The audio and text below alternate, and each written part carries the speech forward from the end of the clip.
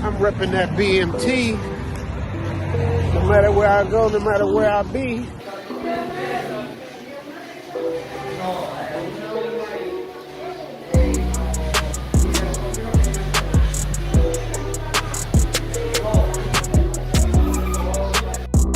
We'll be rocking it like that, man. I love the fit of this shirt, bro. Bro, look, I just happened to get off the elevator.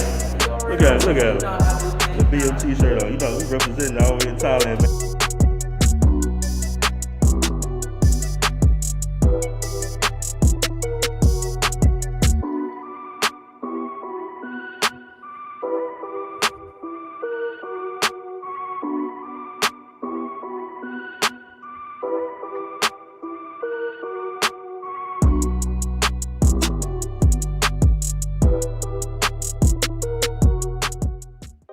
What's up, y'all? It's the Travel OG, and I gotta do my BMT commercial, man, for my BMT shirt, man. This shirt is so dope, man. It shows off your guns, fits your muscles, gives you room at the bottom for the belly, and then you repping the BMT brand, man. So make sure y'all pick up that BMT shirt, because it's fire. It looks good. He got them in different colors, and I'm telling y'all, man, the fit, it ain't that cheap. It's a real quality shirt, man. I love it, BMT. Shout out to you, man. Thank you for blessing me with the shirt. And I'll see you on the other side. You dig? Fellas, don't forget to check out the Black Man Travels merch store where you can purchase BMT t-shirts, tank tops, travel quote tees, and much more. All right. Apologies, family. I was muted on my intro, so let me do that again. We're doing a show today about Shabro's visit why Shabro's visit Cambodia. I got a good friend of mine, ATL representative Ed Travels in the building. So we're going to definitely chop it up on some good information about traveling around the world, but more in particular Southeast Asia. All right, let me go ahead and bring my guy on right now so we can get this party started. My brother Ed Travels. What's going on today, brother? Hey, what's going on? Peace and blessings, man, to you. Thank you for having me on, and to all the BMT and Passport Bros family, man. Hope everybody's doing okay. This day finds you fine and prosper. Yes, sir. Yes, sir, man. We're doing good. We're keeping it positive. We're keeping it very positive, man. So we're going to jump right into it. Before I play this little quick clip to get your thoughts on this, what initially got you started traveling around the world? Well, it actually started in the military, like a lot of people. Mm-hmm. I joined the military right out of high school, and my first duty station was Germany.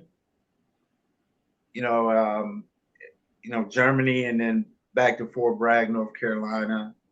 Shout out to 82nd Airborne Division. And all the travels in the military. And also, when I really think about it, I was born in Jinja, Uganda, East Africa. So the first time I was ever on a flight was when I was 7 years old, coming to the U.S. So I guess I had a passport at 7 when I really think about it. Okay, so you was an American citizen. Parents? Okay. Yeah, my mother was a Peace Corps volunteer teacher. Mm-hmm.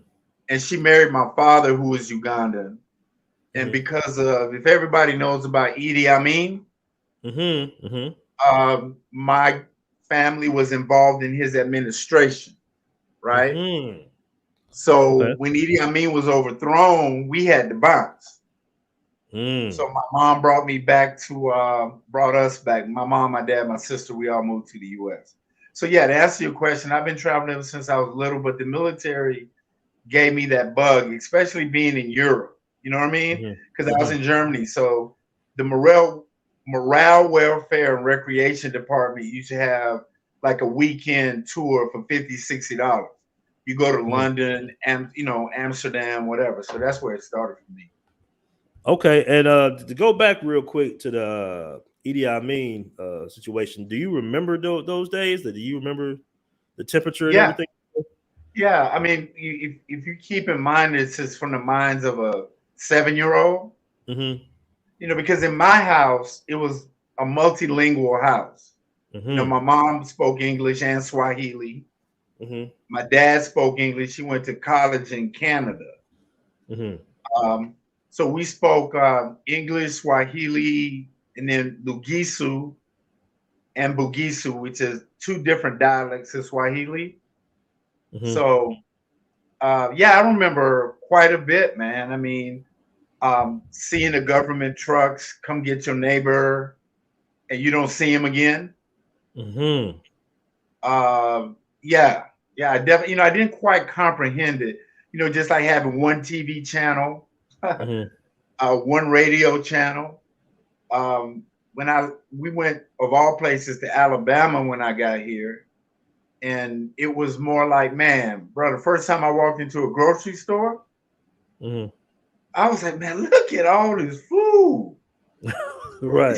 I had never seen a grocery store because, just like in Thailand, you go to a market.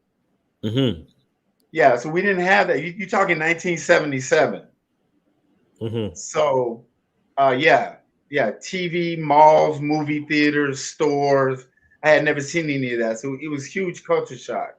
And also, man, I wasn't greeted that well by people in the U.S. You know what I'm saying? Initially, I wasn't because I had an accent and you don't look African and all of that kind of stuff. But I remember. He was a brutal guy. He was a brutal. Okay, that was going to be my next question. What is your perception of him now when you see all the documentaries and films about him on Netflix? Is that accurate, or do you think is anything out of proportion, or is that pretty much they paint a good painting of him?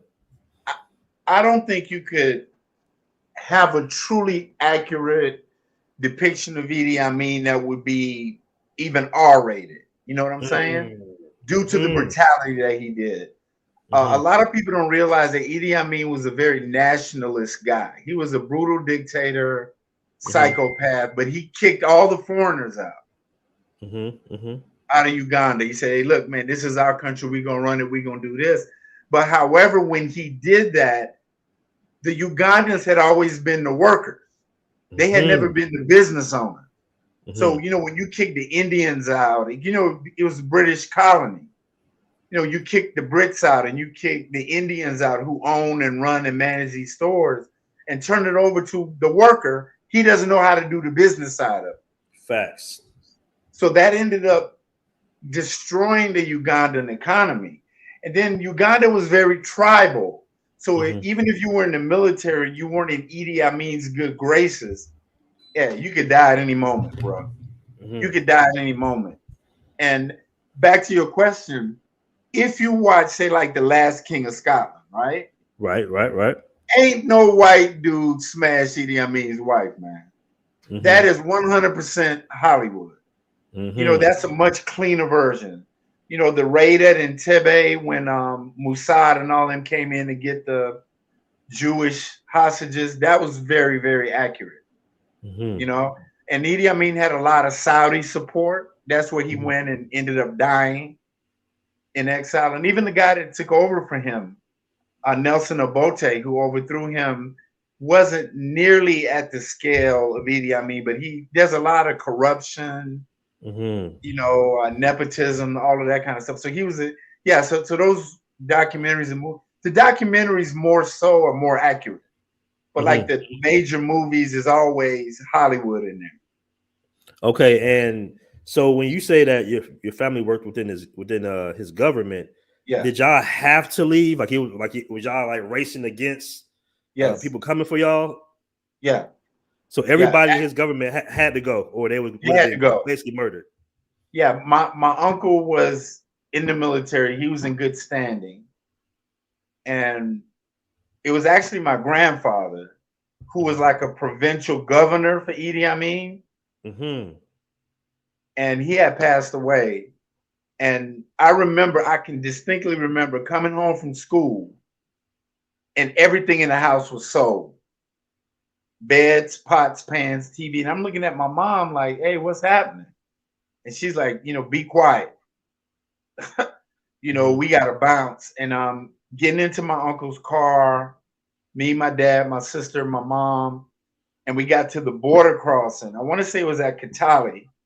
And my mom telling me, just act like you asleep. Just lay down in the back of the car. You and your sister, don't say nothing.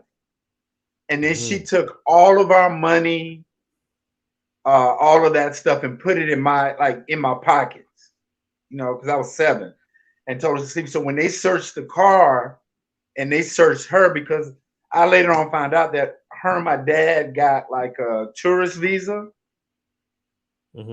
30 days. They said that my mom's parents were sick and we just wanted to go to the US so they could see their grandkids.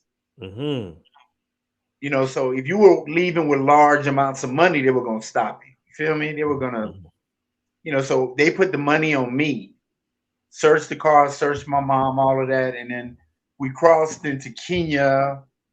My aunt lived in Kenya. So we went from Kenya to Paris to New York to Alabama and just never went back. Okay, so that's going to be my next question. Have you been back to Uganda since? No, I was actually planning to go back April or May of next year. I still have a lot of family there. Matter of fact, I still own land there that I inherited from my father because he went to agricultural school. He went to college in Canada and he owned a dairy farm in Ginger. So what I did is, I went through some little legal process and I basically retained ownership of that land and leased it back to my family for $1, for the next 99 years or whatever. Because, I'm not doing nothing with it. I don't want to make no money off it. That's family. So, yeah. So I'm planning to go back April, May of next year for the first time in 40 years. Okay. Now, what other countries have you traveled to besides Uganda? Belgium, France, Italy, Netherlands, Finland, Portugal. Absolutely love Portugal. That's one of my top 3. Let me see where else. I went to Colombia when I was in the military, but El Salvador, Nicaragua, that was like DEA stuff, and Saudi Arabia, Kuwait, Iraq, Afghanistan, Bahrain. So I've been to quite a few places. Oh wow, yeah, you've been all over. Yeah. Okay. Have you been to Brazil? No. I actually met a wonderful couple. They're teachers in Sao Paulo. And she gave me an invite. They gave me an invite like last month to come through Sao Paulo. And the way, y'all brothers, I know you lived there for a minute. I have to go. At least one. I got to see it. Yeah, Brazil is dope. And where have you been all the way out in Southeast Asia? What countries? Oh, Philippines, of course, Cambodia, Thailand, Vietnam, Malaysia, and Indonesia. Okay.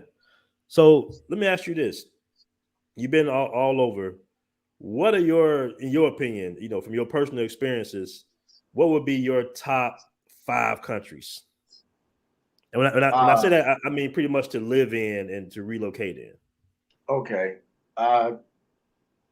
Number 1 for me, and I'm not just being biased, I'm taking in the housing, cost of living, visa, climate, all of those kind of things, healthcare, a little bit. I would say Cambodia number 1 for me because I had a lot of I moved to Cambodia not so much for the expat life. It was, I had to find myself. Mm-hmm. You know what I mean? I had a lot of personal issues that I had to work out. So Cambodia would be number one. Number two definitely would be Portugal. Mm-hmm. Okay. I absolutely love Portugal. The people, the culture, the history, as far as being a member of the EU, is one of the cheaper countries to live and travel to in the EU. Absolutely love Portugal. And I had number three would be Colombia. Mm-hmm. Okay, one of my favorite countries. Colombia, I like the people. And the pleasant surprise to me about Colombia was the difference in the cities. You know what I'm saying? Like Cartagena is totally different from Medellin and Cali, or if you go to Santa Marta or Barranquilla on the coast, the dialect, the people. I really love the diversity, of those countries. Number four, I would say Costa Rica. I don't think I mentioned it, but Costa Rica is a great place, especially if you're an expat for long-term citizenship. That's an absolutely wonderful place to go. And number five, I would say Vietnam. Okay, you hitting us today. Okay. I call Vietnam beautifully Asian. They're not really trying to put forth that Western lifestyle. You know what I'm saying? They really embrace it. And me being a military vet, I met Vietnamese Vietnam vets. And they don't call it the Vietnam War; they call it the American War. And just to sit down with them and break bread, have a couple of drinks. I mean, but Vietnam is, and I'm a big golfer, so Vietnam has beautiful golf courses, beautiful beaches, the mountains. Yeah, those are my top five. Okay, now you mentioned Vietnam. Is there any animosity because of that war? With you being a former military guy with the Vietnamese people? No, I didn't experience any, and I was actually met some Vietnam vets who had just gone back for the first time, right? Like Da Nang, which is up on the coast. Da Nang was a huge base, right, during the Vietnam War. And it was very emotional. It became emotional for me because a lot of these dudes ain't been back there since Vietnam. You know what I'm saying? So the Da Nang that they saw then was not the Da Nang that they saw during Vietnam. So I was tripping because I was like, man, y'all gonna run up against the Viet Cong. You know what I'm saying? The Vietnam dudes that y'all were fighting, and they hugged each other, they cried, they talked, and what it all broke down to is just like any other war. You're all young men, and you didn't ask to go there. You swore to take an oath, and you fought, and it wasn't personal. And yeah, no, they don't hold any animosity at all. No, I didn't see it, at least for me. No. All right. So being a black man in Southeast Asia, like, what's the general vibe you get? Moving around, you get stares. Are you comfortable? What's the general vibe? That's a great question because Siem Reap is, like I said, a huge tourist place, but living there, it's the difference between, we were talking off camera about being a tourist and being a resident, right? Right. In Cambodia, they use the term barang. I don't know whether they use that in Thailand too. Or something. I've heard that before. Yeah. Yeah, barang, which means foreigner, right? I've seen in Cambodia, you're just a barang. You're not black, white, whatever. You're just a foreigner. You're not Khmer. You know what I'm saying? Any racial animosity or any racial situations that I've gotten or I've experienced, because I have experienced them in Cambodia, have been with other foreigners, predominantly white people that brought that with them. Australians, Americans, Brits, who follow a certain politician who used to be our president. And, so they come at you, you know what I'm saying? They sort of approach you wrong. They give you the stares. And when it comes to stares, I would say this: if I do get a stare, I've matured, right? When I was in Portugal, there was a couple staring at me. I mean, bro, they weren't even trying to play it off. Like looking at me like I was a science experiment or something. And I just walked over to them and say, hey, what's going down? Why y'all staring at me? And they're like, we're from Denmark and we're not used to seeing black men. Like yourself. So, dude, I sat down with them, drank a bottle of wine, had dinner, exchanged WhatsApp information.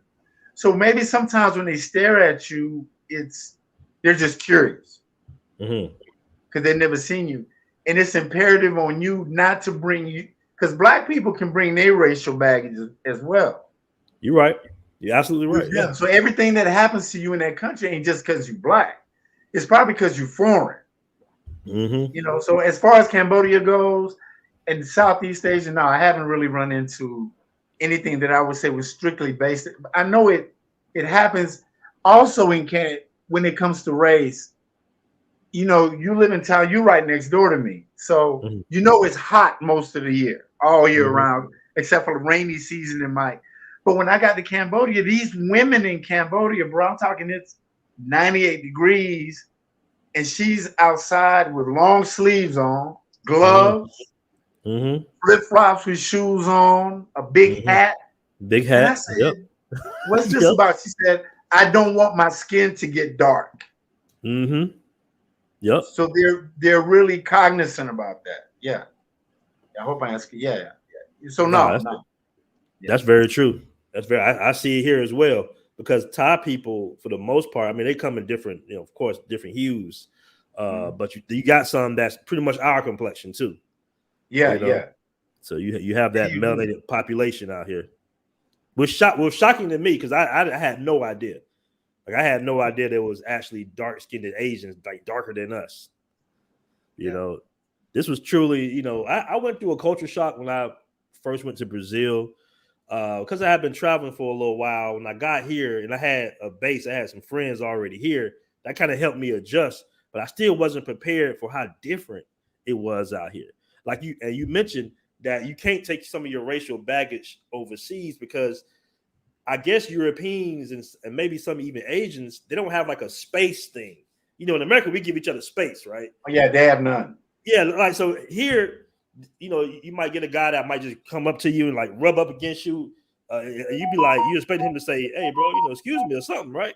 But that's just not how they roll. And I had to remember because, in America, that can cause some issues. But I had to remember, okay, yeah, they don't know that that's rude as hell. So I have to adjust. So you're definitely correct. Their little social norms are a bit different. Yeah. Yeah. And, as Americans, we big on space. Yeah, don't be behind me, ATM, standing in line. Why you bump into me? Right. Yeah. Even like you mentioned, the stares. You get some stares from people. You just be sitting here like, you got a problem or something? But exactly. Yeah, what's up? It's not that. It's like they might say something like, "Oh, you Michael Jordan" or something like that. You be like, man. But that's the stuff you gotta get used to. Most definitely, all that kind of stuff. Yeah. That's most definitely, man. So. Going back to Southeast Asia, okay, you got Thailand, you mentioned Vietnam, Cambodia. Wow. Why did you choose out of all of them Cambodia? That's a great question. Honestly, Aaron, it wasn't even on my radar, right? Because I would say if you mention to almost anybody, it's not even a racial thing. If you mention Southeast Asia, the very first thing somebody's gonna say is Thailand, right? And Bangkok. They're not gonna say Pattaya. They're not gonna say Phuket, Koh Samui, Chiang Mai. You know what I'm saying? Bangkok, Thailand. Hangover movie. All of that. Right. So that's what I did. Like any typical person. Landed at BKK. What I'm saying? Got hustled for the taxi when I could have taken the SkyTrain. He got me good. I got initiated. And I took in all of that. Went down to Phuket. But when I was in Phuket, I grew up in Pasadena, California. Well, LA. Then we moved to Pasadena. but I was used to going to the beach, you know?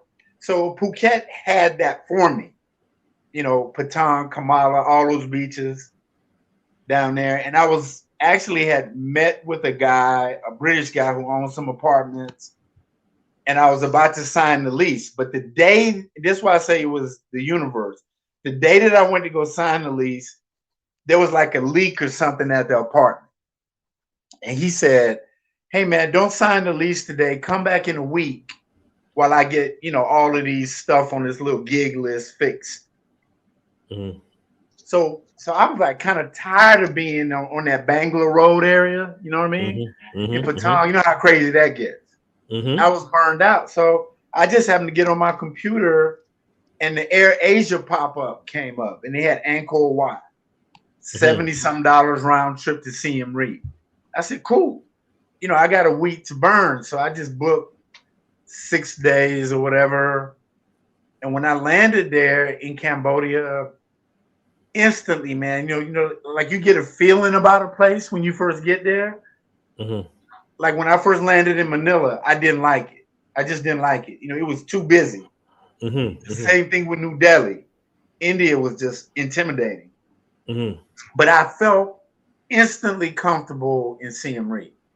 And then walking around, meeting the people, eating the food, I said to myself, well, I have to learn how to create my own life, right? You know, you don't find happiness, you create it.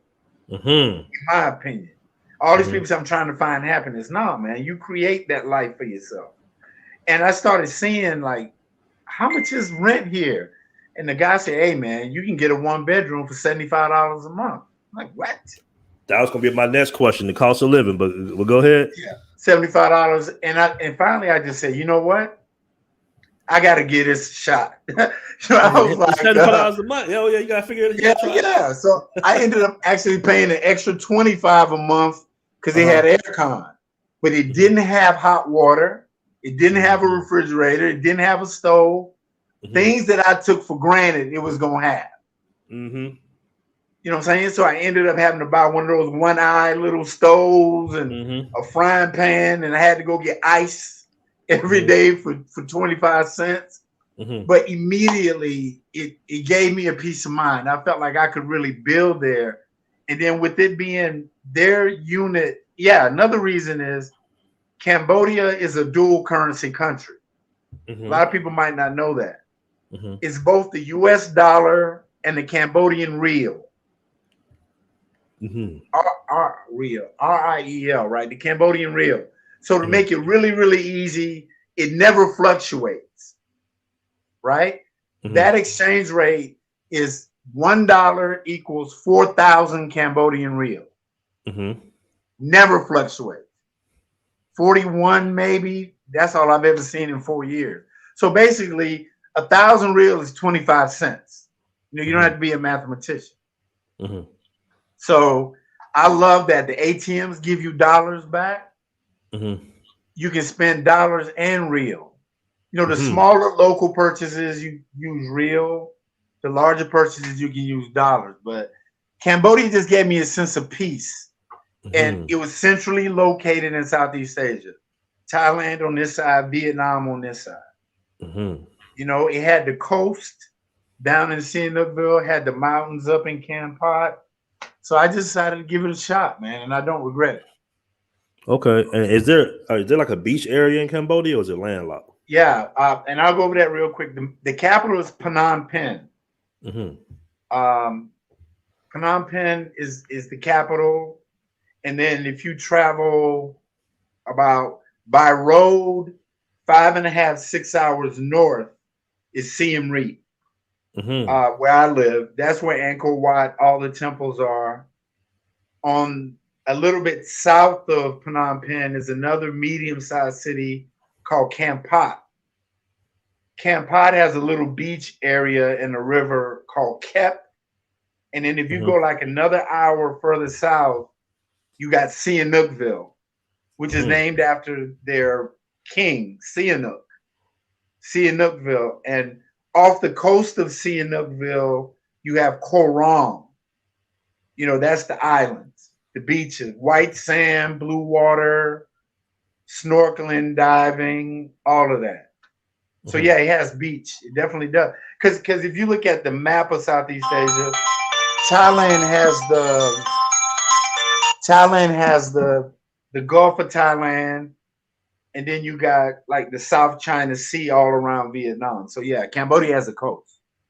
Okay, nice. Now we mentioned the cost of living is pretty reasonable there. What about the safety factor? Is it safe out there? Yeah, I mean, you got your typical tourist crimes, the smaller crimes. Mm-hmm. You know, I haven't heard of any. I'm trying to remember any tourists really getting killed for something. Typically, deaths that happen like that are because Cambodians can't drive to save their lives. You would know about that in Thailand too. Oh man, Motorbike accidents. Yeah, come on, man. I've been in like 2 or 3 already, bro. I'm still getting my shoulder up. You know, same thing. You know, Siem Reap has it a little bit, but the police in Siem Reap ain't no joke when it comes to purse snatchings, phone snatches, because you messing up the tourist dollar. So the Khmers will beat other Khmers up over that. Some little kids on a motorbike steal your phone, they're gonna get dealt with the locals because they're like, hey man, this is our bread and butter. So to answer your question, nah, man, the crime is negligible. You know, just you get your phone snatched, purse. So just be careful, like anywhere you go. Yeah. Okay, now, what about communication? As far as communication, do they speak any English out there, or? Yeah, you'll find, I would say maybe 30%, 25-30% of Khmers can speak functional English. They in the private schools, they teach English classes to Khmers. And also where I live, like I said, again, Siem Reap is a tourist town.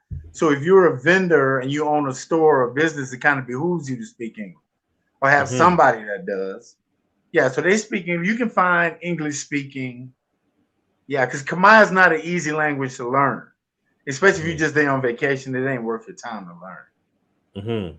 Besides, like I always say, the common things: good morning, good afternoon, good night, thank you, please. How much is it? Yeah. So you can find them that speak English. Okay. Now we got to ask because everybody wants to know what's the different, I guess, personality types and even body features of women in Cambodia in comparison to women in Thailand and Philippines and stuff like that. Okay, I would, in my opinion, I would put Cambodian women slightly. Okay, let's talk about facial features. There's some absolutely gorgeous Khmers. Khmer. That's the real name of a Cambodian woman. Is Khmer. They're beautiful women. I have found, to my liking, a whole lot, great surprise, that they come along a little thicker. They got the hips and they got a little something to work with. Okay. Very long, flowing, beautiful Asian hair. Right? A lot of them, all of them, probably like in Thailand, they got long, beautiful hair. They're very approachable. Very nice, almost to the point that they're shy. Because in the Khmer culture, you rarely see public displays of affection. They don't walk around holding hands, kissing in public, things of that nature. And Khmer women are workers. It's all about family. She gonna have her hustle. She gonna have her grind. So yeah, they're beautiful women. And the only reason I would put them slightly behind Filipino women is Filipino women give you the girlfriend experience, and most of them speak English. And that's a huge advantage. But yeah, they're beautiful women that are thicker than most Asians. Average on the norm. Yeah. Okay. And like, what is the perception of like Black culture? Are they familiar with hip hop, or do they associate that when they see you? Like, what's their perception of? Yeah, it all depends on where you go. I mean, typically just walking around the streets or going somewhere, no. But they have very famous Cambodian rappers. Okay. Yeah, and they love hip hop, man. Mm-hmm. They love hip hop. You know, there's a bar in Siem Reap. Man, I'm talking Biggie, Pac, of course. They love playing. I'm from the West Coast, man, so they love California love, stuff like that. Eric B and Rakim. You know, even now some of the little younger music. They play it. You know, it's a very accommodating, accepting culture, even when it comes to LGBTQ community. They don't trip off it. You know, you just do what you do. Enjoy yourself. Yeah. But they're really in, they appreciate, that culture. They do. Okay. They just don't assume that you're a rapper or athlete, though. Not like that. But you can, yeah. Now, let me ask you this: concerns of the women there. Is it are these women trying to come back to America? Are they like dating Americans or foreigners specifically for a come up, or is it more genuine relationships, just man and a woman, and just keep it moving? I found a little bit of both, but more they want a husband. You know, the average Khmer is going to make between like $120 to $150 a month. Right? So they're going to love and take care of that expat dude because he affords them and their family, trust me, them and their family a much better life.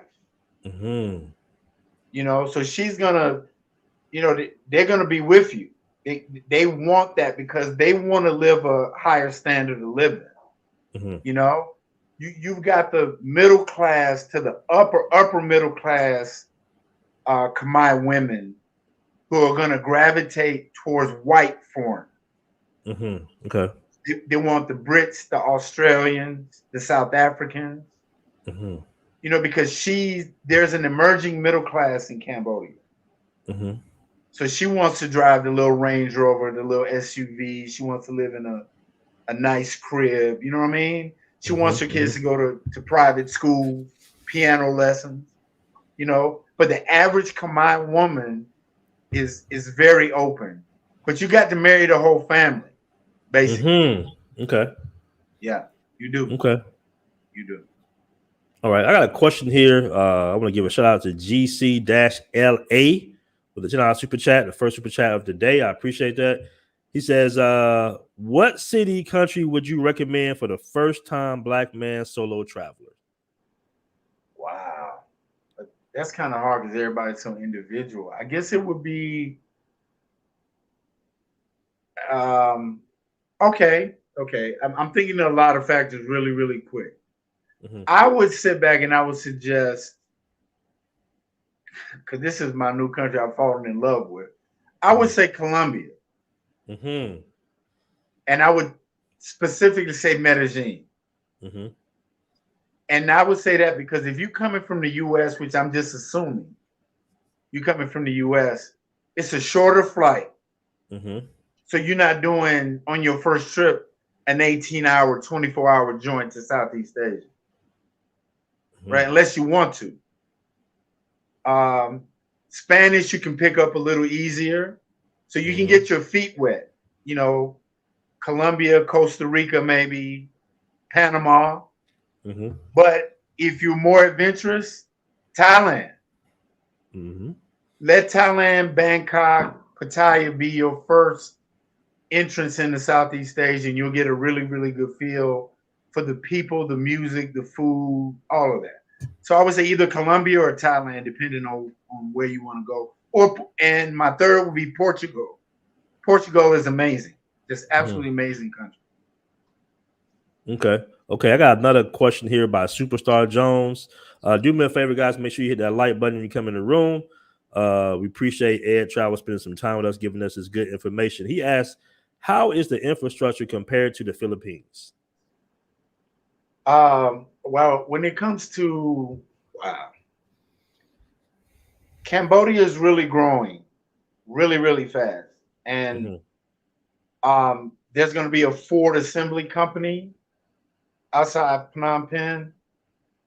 Uh, Cambodia does about 80% of the like sewing clothing apparel in the world is in Cambodia. Mm-hmm. The roads are coming up. The schools, Siem Reap, where I'm at during COVID, did $150 million renovation of their streets, sewers, electricity, water, everything, power grid, everything. Mm-hmm. And I would say that compared to the Philippines, it's about the same. It's about Okay. the same. I would say. I was stuck in the Philippines for 4 months during COVID, and Mm-hmm. I would say, yeah, it's not that far ahead of Cambodia. It's not. Mm. Not to me. No. Okay. Okay. I got another question here. I just had it up. Yeah, the DR. Yeah, the Dominican Republic is a good trip for a brother first time too. It's Oh, even they asked closer. me, what city are you speaking on specifically that you live in Cambodia? I live in Siem Reap, which is I think the second largest city. Mm-hmm. That's where the world's largest religious monument is, Angkor Okay. Wat. Phnom Okay. Penh is the capital. Yeah, I live in Siem Reap. Okay. So, what area would be like? I guess would be a touristy area for guys who want to come check out Cambodia? Because I might be in Cambodia soon myself. So, what's a good little area to check out? Okay, I would say because of the travel, I would say it's probably easier for you to get a ticket into Phnom Penh, Mm-hmm. Okay. the capital. Go to Mm-hmm. Phnom Penh first. It's much bigger city. Mm-hmm. Many more clubs, many more restaurants, a lot more to do. I wouldn't even say, not so much on the touristy side, Mm-hmm. right?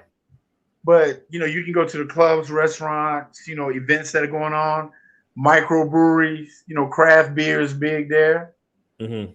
And then either a 40-minute flight to Siem Reap or just take the night bus, which is about 5.5 hours, $10 each way Mm-hmm.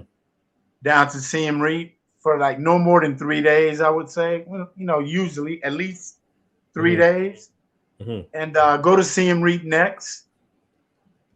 Um, or yeah, go to Siem Reap, and then if you really got time, check out Camp Pot. Camp Pot. Mm-hmm. Check it out. And if you want to go down to Koh Rong to the islands, those places. But I would say get your feet wet in Phnom Penh first. Okay. But Okay. definitely check out Siem Reap. That has to be on your list. Okay, cool. And what about the food there? Is the food good there, or what type of food do they eat? Uh, Similar to Thai food, Mm-hmm. very similar. Mm-hmm. The stir fried, the noodles. The egg. Uh, They got yeah, that the egg on egg, that. brother. Egg go with everything out here, boy. Egg go with everything. It could be a burger and some fries. They're gonna throw an egg in there somewhere. Absolutely. There are two big dishes that are uniquely Khmer. Mm-hmm. Lok lak, which is like a beef dish over a bed of rice with an egg, Mm-hmm. like you just said, and Mm-hmm. amak, Maok, which is fish over a bed of rice, spices, vegetables, and a banana leaf. Mm-hmm. Yeah. So Cambodian food is right behind Thailand. Well, right Okay. behind Thailand and Vietnam to me. Yeah. Okay. And I got a question out here by Shane Powell. This is a good one. He says, "Are bros getting chosen out there in Cambodia?" Yeah. They Hey, don't hey, discriminate, man. It's hey, all about your they don't personality. know. Hey, they don't know. They don't know.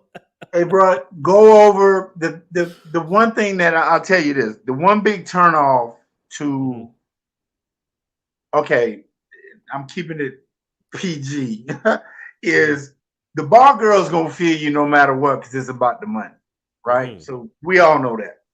So if you're coming over with you want to floss, you know, your jury's safe, all of that, you good, you know. Ain't nobody gonna really try to get you like that. But the like I told you before, they're very shy and reserved. You feel me? So you're gonna have to work a little bit for that if you just want to get you a good Khmer woman to marry and be with. You see what I'm saying? You're gonna have to present yourself as a responsible guy. You don't have to be no simp. You don't have to pander. Be yourself because they've already accepted the role of the wife. Treat her with respect. There's a huge difference between bar girls, working girls, and the average Khmer woman. Very much so. Now, I'll give you a prime example. I have a caddy. Like I said, I play golf. I'm a member at Angkor Golf Resort in Siem Reap, and we got female caddies, right? So she gets a little $5 off every group she goes out with, and plus whatever tip, you know, you give her, right? Banging. When I sit back and say, thick, beautiful bodies, up top, down below, beautiful face. You feel me? She's 34 years old, man. Never been married, no kids, runs her own online clothing store. Got 2 other Khmer girls running it for her while she works at the golf course. I gotta respect her for that. You know, but yeah, you'll get chosen. Just don't be the center of attention. Got you. No peacocking. All right, let me ask you this, man. Concerns of like visas, citizenship situations. I got a good question. Scott Street says, "How easy is getting temporary resident for a U.S. remote worker in Cambodia?" It's not difficult at all, man. I mean, that's another big key for me of why I stay there. I got a retirement visa. And when I first read it, it said you had to be 50 or older. I wasn't 50 when I first went there. Right? But they still gave it to me. I showed them my letters, you know, from the military, you know, whatever. Then I showed them just proof of the income, you know, like a bank statement, the deposits. And I wrote a letter saying that I had enough money to support myself and I wasn't going to work. Paid $298. Within a week, I had a 1-year multi-entry retirement visa. Oh, man, you can't beat that. No, I can't beat it at all. Now, as far as work visas, all you're going to need is either a sponsorship letter, you know, from a company that you're working in Cambodia, and you apply at somewhere a little around, depending on the length, it could be up to like 500, I think. You know, we'll talk about that at the end, but about $500, right? And you get that letter, and then you get a work permit in conjunction with your work visa. You got to have a work permit. You got to say, I'm working for this particular company, because Cambodia has a bunch of teachers. And a good way to go about that is if you got a job in Cambodia, have your company pay that fee. You know, they have like a little barcode, you know, the QR code that they can just scan and say you work for this company. So yeah, less than around $500 to get a work visa. I think the work permit is an additional fee, but those can be done at either a visa office, like a private place, or virtually any travel agency. Any travel agency can take care of your visa for you. So the visa situation is cool. Student visa, work visa, retirement visa. That's one big advantage of Cambodia. And I hope they keep it that way, is the visa process is easy. Okay, and is there a visa on arrival for like 30 days or 90 days? Yeah, 30 days. Okay, this is very important. So all the brothers listening that's thinking about going and staying for a while, you're going to get 30 days there when you come to the, you know, when you get off the plane, you're going to go to a visa counter. Right? And they're gonna automatically assume that you want a T visa, tourist visa, right? And you can do visa on arrival, right? Or I mean, before you even come, you can do it online. right? But when you get to that counter, if you're going to stay more than 30 days, ask them for an e-visa, right? It's only $5 more. But you have to ask. Because the T visa, you're not going to be able to get it converted. You're going to have to leave the country and come back. But the E visa, you can pay a fee and get that converted to a work visa, retirement visa, whatever you want. So you're going to get the T for 30 days. But if you're going to be there longer, ask for the E visa and get it changed according to what you're doing. Okay, so basically, say if I was to stay there like 2 months, I would have to pay for a visa, like here in Thailand, every 30 days.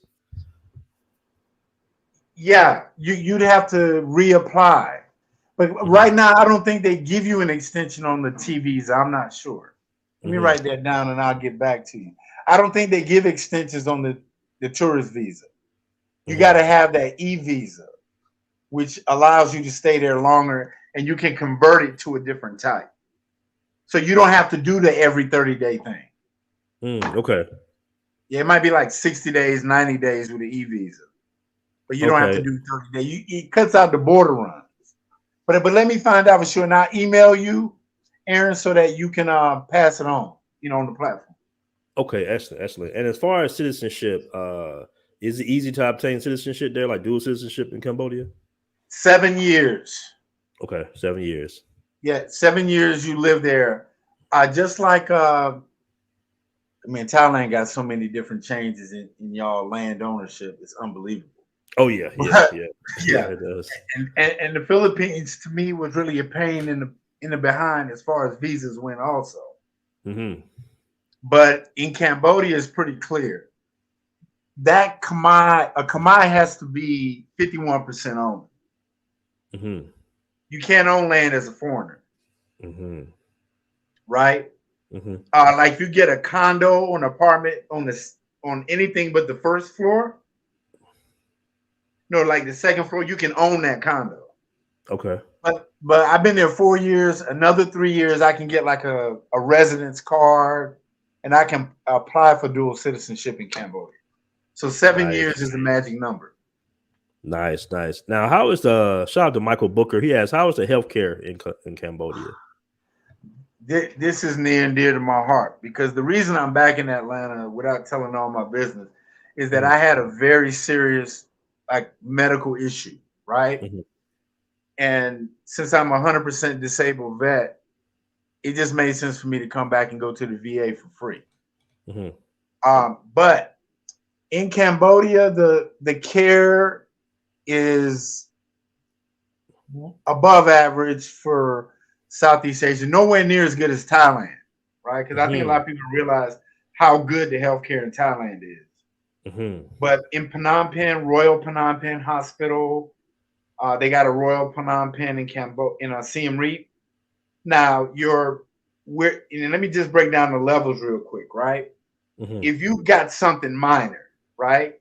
Dengue fever, you get from the mosquitoes, stuff like that. You've got really, really good private clinics. They're privately owned. So they might accept certain expat health insurance plans. And I'm not talking about the world nomad travel insurance. I'm talking about an expat health insurance plan. Those are different. So don't get them confused. But if you got something minor, broken bone, you twisted an ankle, you fell, you got a scrape, you know what I'm saying? Stuff like that can be handled very easily there. That kind of healthcare is very affordable. Like I got an ultrasound and an x-ray cost me $45. Never happened here. But if you got, you need an operation, you got something very serious, I would definitely go to Thailand. I looked it up yesterday. Cambodia, as of mid 2022, ranks 33 in the world, like 68.9% in healthcare.